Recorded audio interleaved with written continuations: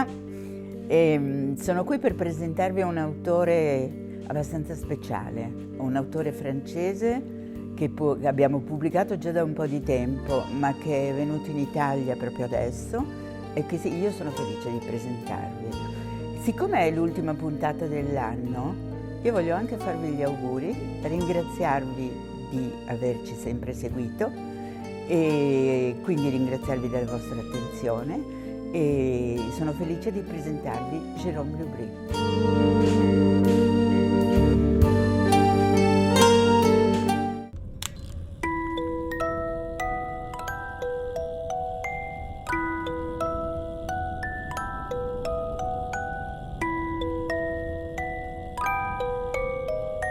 Alors, la première question que je veux vous poser regarde...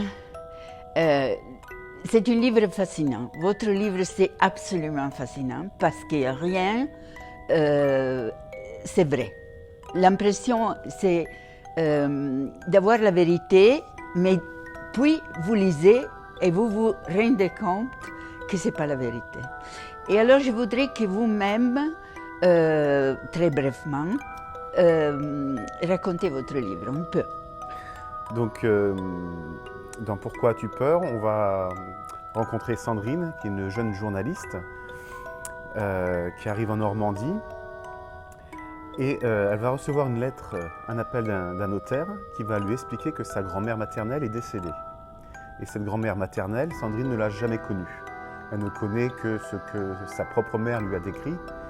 Et elle a décrit donc, cette grand-mère comme quelqu'un de pas très sympathique, qui ne prend jamais de nouvelles, pas de téléphone, pas de lettres pour Noël ou de cartes postales pour les anniversaires. Et ce notaire lui indique que donc, sa grand-mère est décédée et qu'elle va devoir se rendre sur une île afin de ramasser les dernières affaires de sa grand-mère défunte. Donc Sandrine va se rendre sur cette île. Et sur cette île, c'est une île privatisée, c'est une île qui va devenir une réserve naturelle, mais il y a encore quelques habitants. Et ces habitants ont connu la grand-mère de Sandrine parce qu'ils travaillaient tous ensemble dans un camp de vacances qui est placé sur l'île et qui était réservé aux enfants pour l'après-guerre. C'est-à-dire les enfants qui avaient subi la guerre, on les envoyait là-bas un peu en colonie de vacances pour les aider à évacuer tout le traumatisme. Et Sandrine donc arrive sur cette île, elle rencontre les habitants. Et les habitants vont lui décrire une grand-mère totalement à l'opposé de ce qu'elle pensait. Ils vont lui dire que c'était quelqu'un de très sympathique, très professionnel, et vraiment tout le monde l'adorait. Et à partir de là, Sandrine va également se rendre compte que sur cette île, il y a une ambiance un peu spéciale, que les habitants ont peur de quelque chose ou quelqu'un n'arrive pas vraiment à percevoir la réalité de cette peur. Et bien sûr, elle va découvrir certains faits qui se sont produits sur cette île et elle aussi va commencer à avoir peur. Eh bien, à un certain point, on rencontre Sandrine sur une plage. Elle est sale du sang de quelqu'un d'autre. Et ça change beaucoup les choses. Après ça, les choses sont complètement différentes. Il y a beaucoup de coups de scène. Dans un certain sens, et surtout, il y a comme des choses qui apparaissent dans une façon, ils sont très différents. Qu'est-ce qui vous a poussé à écrire un livre comme celui-là? Alors c'est vrai que c'est un livre qui joue beaucoup sur les faux semblants. Hein, donc, comme vous l'avez dit, Sandrine, après avoir rencontré les habitants et vidé la maison de sa grand-mère, on va la retrouver sur le continent avec des vêtements qui sont ensanglantés et ce sang n'est pas le sien. Donc de là va débuter la seconde partie du roman. Au départ, je voulais faire uniquement le thriller sur l'île. D'accord ? Donc j'avais l'idée, mais à un moment je me suis dit peut-être on peut jouer un peu plus avec le lecteur, on peut être un peu plus vicieux et lui proposer quelque chose de déstabilisant. Bon, c'est très important que le lecteur se sente un peu tourmenté, troublé, et presque gêné Je veux vous dire une chose. Sur Instagram, qui est fréquenté surtout par des gens jeunes comme ça, votre roman a eu un succès incroyable avec des gens qui demandaient à nous de leur envoyer les livres, qu'ils voulaient les lire. Et c'était important, c'était une vision différente. C'est-à-dire que aussi les jeunes gens ont suivi ce que vous avez écrit et ils ont été capturés, fascinés par l'histoire. Et il y a beaucoup de gens qui ont dit que votre roman, c'est le meilleur thriller qu'ils ont lu dans l'année.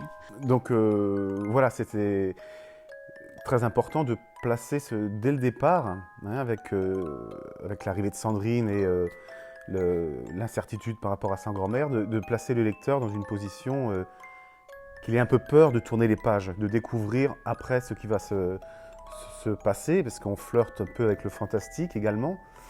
Et c'est vrai que ce roman, que ce soit les plus jeunes ou les moins jeunes, parle un peu à tout le monde, parce que le sujet central, on l'a tous à un moment ressenti, usé, utilisé ou craint. Donc vraiment, ça fait un peu appel à nos peurs primitives. Oui, ça c'est vrai. Et aussi, je voulais vous demander quelque chose d'autre. C'est comment ça, vous avez eu l'idée d'écrire une chose pareille? En fait, tout simplement, en tant que papa, je me suis posé la question de comment je réagirais si mon enfant disparaissait. Et pas simplement disparaître, être retrouvé mort, mais vraiment disparaître sans que je sache où il est, ce qui lui arrive et ce qu'il fait. Parce que c'est la peur la plus importante quand on est parent, c'est cette peur-là de perdre sans savoir ce qui se passe. Et donc je me suis dit, est-ce que tu deviendrais fou? Est-ce que tu te suiciderais? Est-ce que tu nierais en bloc? Est-ce que tu passerais tes nuits à arpenter les rues pour retrouver cet enfant? Et de là, je me suis intéressé au fonctionnement mécanique du cerveau quand il se passe un drame d'une telle violence qu'une disparition d'enfant. Et après, donc, c'était le noyau, c'était le sujet central. Et après, je me suis amusé à tisser la fiction autour.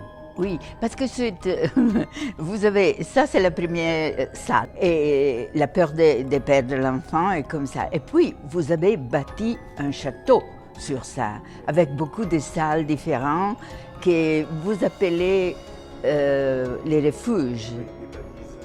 Oui, les refuges dans lesquels on se refuge pour ne pas souffrir ou pour ne pas vivre des choses qui sont pas plaisantes.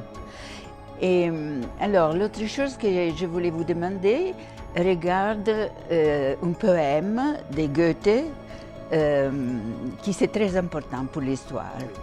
Et pourquoi ça? Parce que j'adore ce poème. Et c'est vrai que quand on lit ce poème aussi, on est dans une ambiance glauque, on a peur, on craint pour l'enfant qui est sur le cheval avec son père et qui traverse la forêt, où le roi des aulnes a l'habitude d'enlever les enfants. Et je trouvais que ça symbolisait tout à fait cette peur que j'avais donc en tant que père. Et j'ai voulu bâtir autour de ce poème mon interprétation. Et voilà, donc c'est mon roi des aulnes à moi, si vous voulez, ce roman. Et après, il est très important puisque aussi dans votre refuge. Voilà, oui aussi.